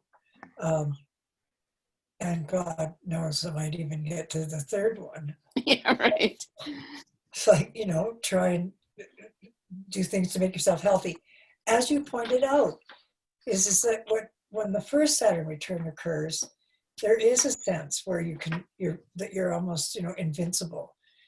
I mean, this isn't everyone, but, you know, astrology is a guide, as not a rule. So, but there is that sort of age period, you know, give or take 2 years on either side, where we're more empowered. We become very empowered. In fact, you know, if you haven't been able to separate from your parents in a healthy way, part of that, then there's often rapprochement where you become closer to your parents, where you can actually go to them and say, God, I'm really sorry. Now that I'm an adult, I give up, you know, I'm here for you. Yeah. And I'm also here for myself. And in doing that kind of thing, that's very, very, very frequent, is that, you know, that really important jump towards adulthood, meaning that you don't have to be the child of your parents, but you need to be the adult person who has parents who are getting older. And so there's, you know, often a kind of sympathy that comes there. And sympathy is from the Greek word sympathia, which means to be able to feel with. And so, you know, if we can feel with someone, then we're really giving them exactly what they need. And that doesn't mean that you need to accept abuse, you know, because you know, with my own mother, I had a very abusive childhood with her.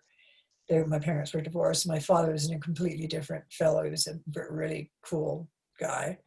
And there was no abuse there. But with my mother, I'll share this with everyone because I think it's kind of interesting. There was a point where I had to cut her off, and 8 years went by. I mean, I literally said, goodbye, you're not going to see me again, or my kids, because she tried to do some things to my kids that I wouldn't allow to have happen, you know, like hurt them and berate them and be just dreadful. So I walked out. I never, ever contacted her. And then I get a message from my half-brother, who's my friend, that she was dying. And I said, oh, great. And he said, so you have a decision to make. And I said, yeah, I do have a decision to make. And so I sat there for a couple of days, and I said to my husband, who was my second husband, and I said, I go up to see her, but I can't do it alone. He said, I'll go with you. And I said, okay. So we go over, and she's in a terrible late stage of everything, cancer everywhere. And so she sits there, and she's really, really, really nice. And she's just become the beautiful person that she was when she was born and as a child. They didn't have easy times like our parents grew up were born during the Depression. They went through the wars. I mean, it just went on and on.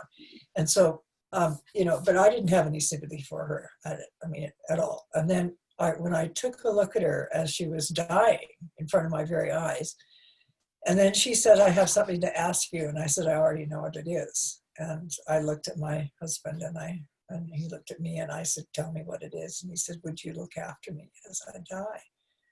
And I said, can I tell you on Monday? And I said, just sit with it. I'll sit with it. I'll go. So we get in the car, me and my husband.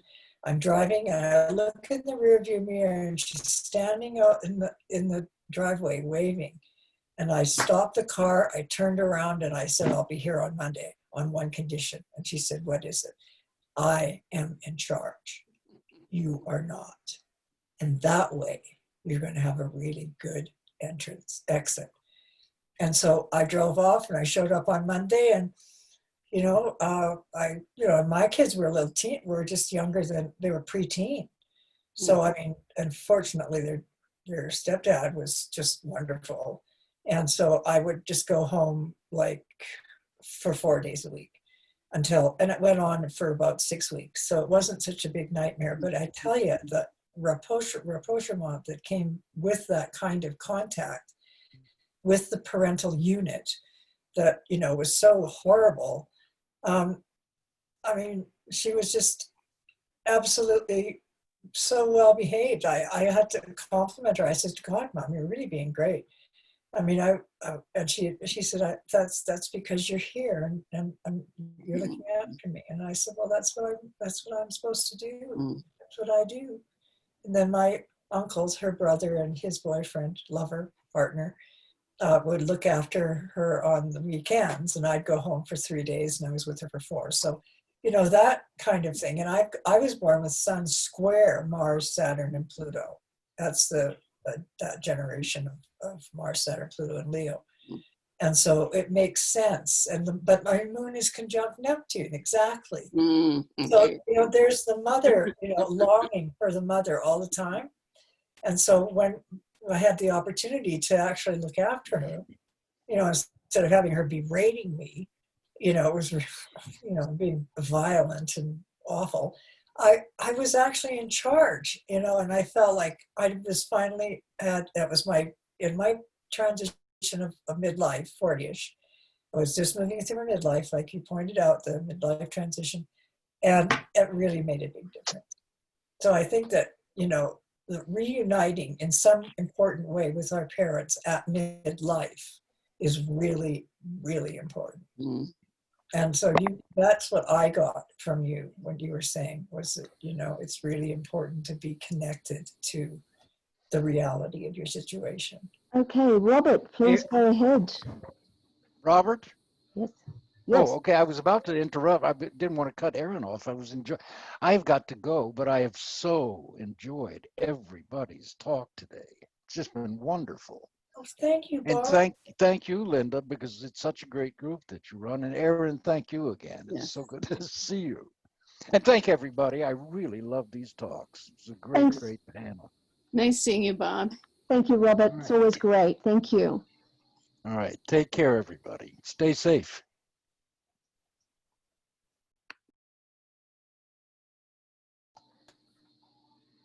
Okay, Erin, so we can just chat for 5 or 10 minutes if you like, or wind down, whatever. I have to go as well, so I just want to say thank you for inviting me. It's been a real pleasure. I've enjoyed everyone. Oh, thanks, Linda. Thanks, Linda. I hope to see everybody again soon. Well, I'm sure you'll be part of our panels as we go along. We're going to set up new ones for the new year and so forth. So it's really nice to listen to you and hear you talking. Thank you. Thank you. Thank you to all 4 of you, with Bob not being here right now.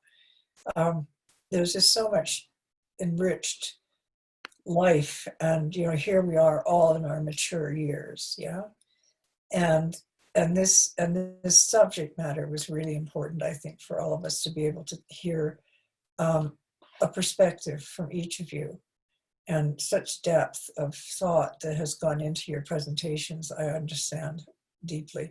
I particularly understand, Cathy, when you were talking about writing a book. It's like, I got addicted to it, so I wrote 7. So, but there's nothing more wonderful than to be able to have nothing else, on your mind except your ideas. And I really picked that up from you. You see, that's where, you're not as against writing your book as you think you are, because you actually were deeply engaged. Don't you think I'm telling the truth? Lesley, what do you think? Oh, you have to unmute yourself. Yeah, it's amazing to me. I mean, I have a long career. I was a journalist before. Oh, wow. And someone once observed to me, you realize that when you're writing a story, there's always a point at which you hate it, right? Yeah. But, really? Yeah. And No, it's so true. yeah, no. There's always that push-pull, right? Yep. Always that push-pull. Yep. Yeah, I wonder, is there anyone in our that's watching with us, the participants, the audience, is what I suppose we could call you, that would like to add or put in any information to what we've been talking about? Because you're welcome to speak.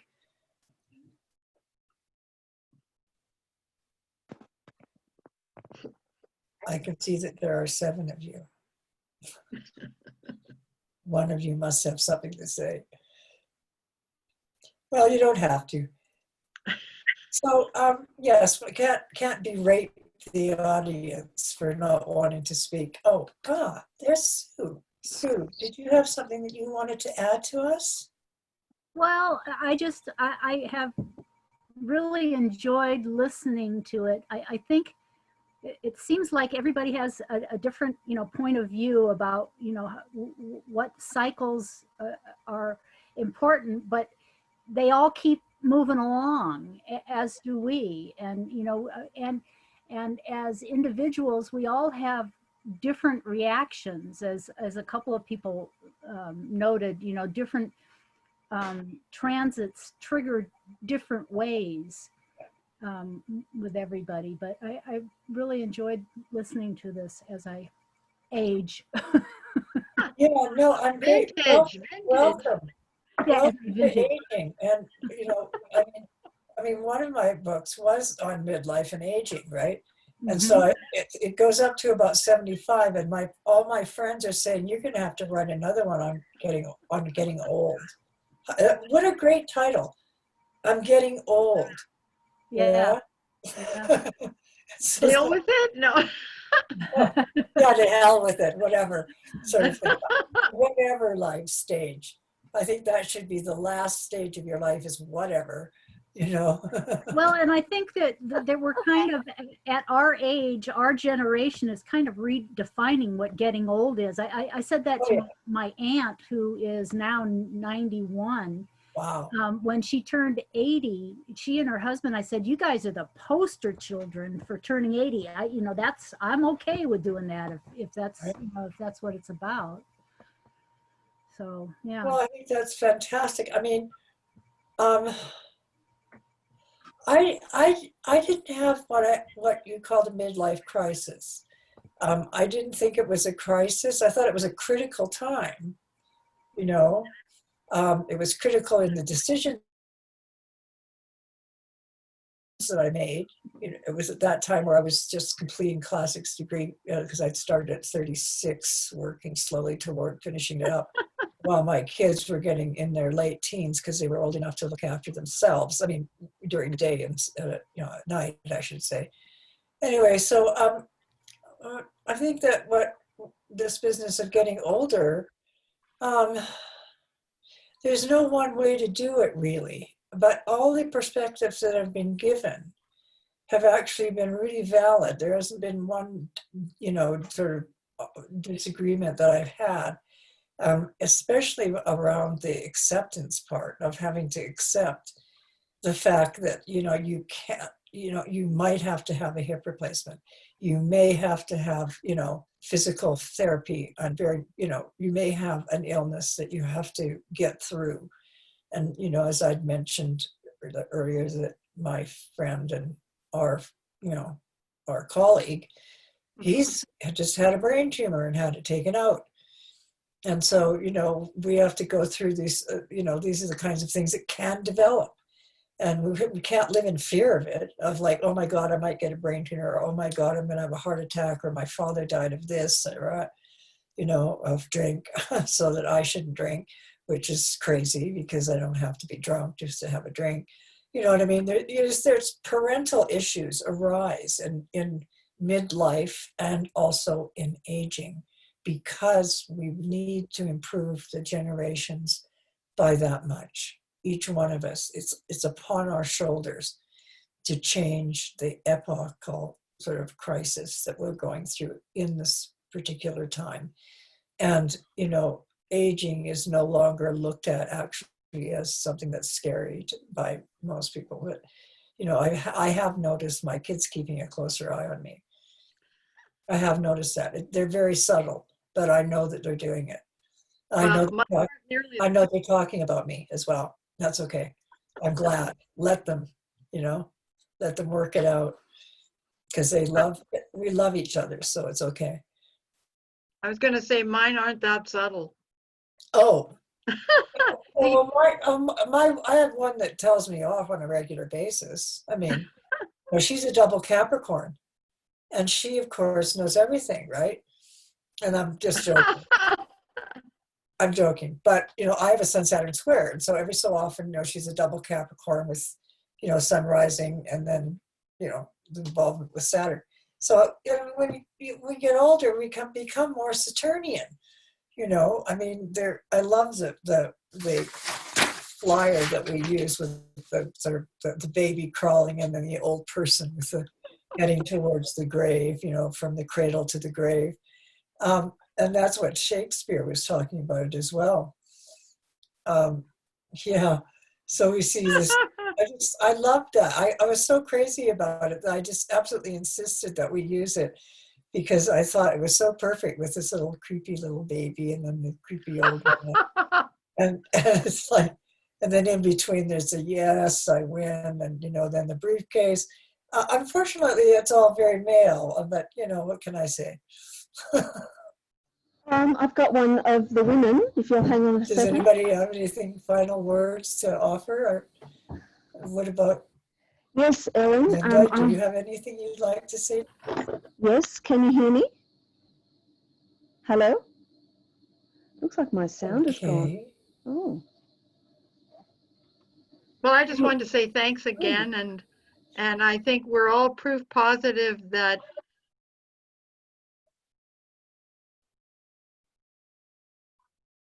I can hear you. hello.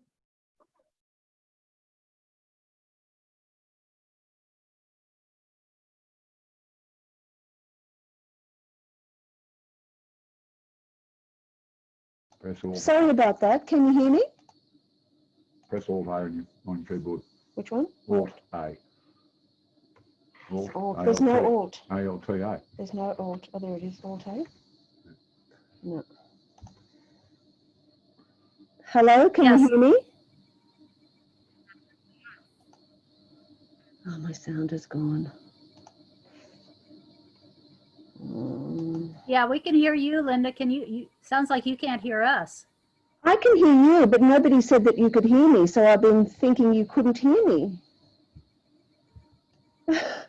Okay, well, Erin, here is a diagram of the women.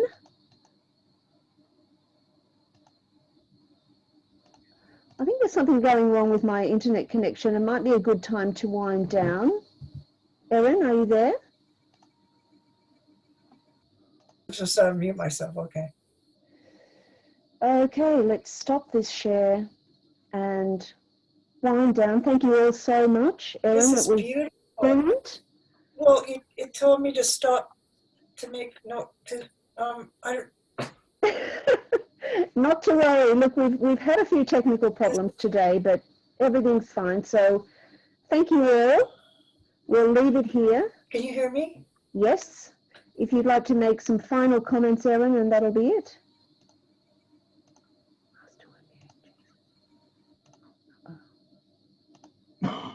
Unmute, please, Erin. Yep. Oh, okay. Okay. Okay. Strategies that we've been doing this under have been very, very difficult. And I just want to give everybody the space to use astrology as an excuse for all of the funny little weird, yet nobody was killed, nobody died. But it was very Mercury retrograde in Scorpio opposite Uranus, some interference with our communications. And then we have this massive conjunction with Pluto right as we speak, exactly conjunct by the moon. So this is the kind of thing that I'm talking about, is where all of a sudden something very different starts to take place. That's a darling baby feet, but that's great, Linda. I'm so glad you showed the women aging. I wish you'd done it earlier. This is a beautiful shot. Oh, these are great, Linda. Beautiful. Oh, fabulous. We should all look this way.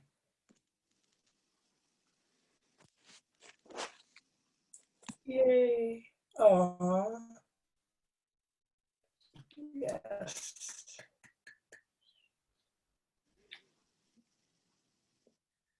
That one's the 80s.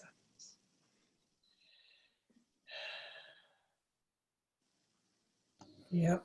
And that's it. So we will wind down now. Thank you, everyone, and we'll catch you next time.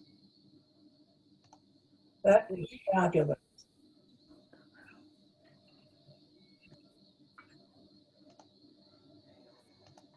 Thank you. Thanks, Bye. Linda, for everything.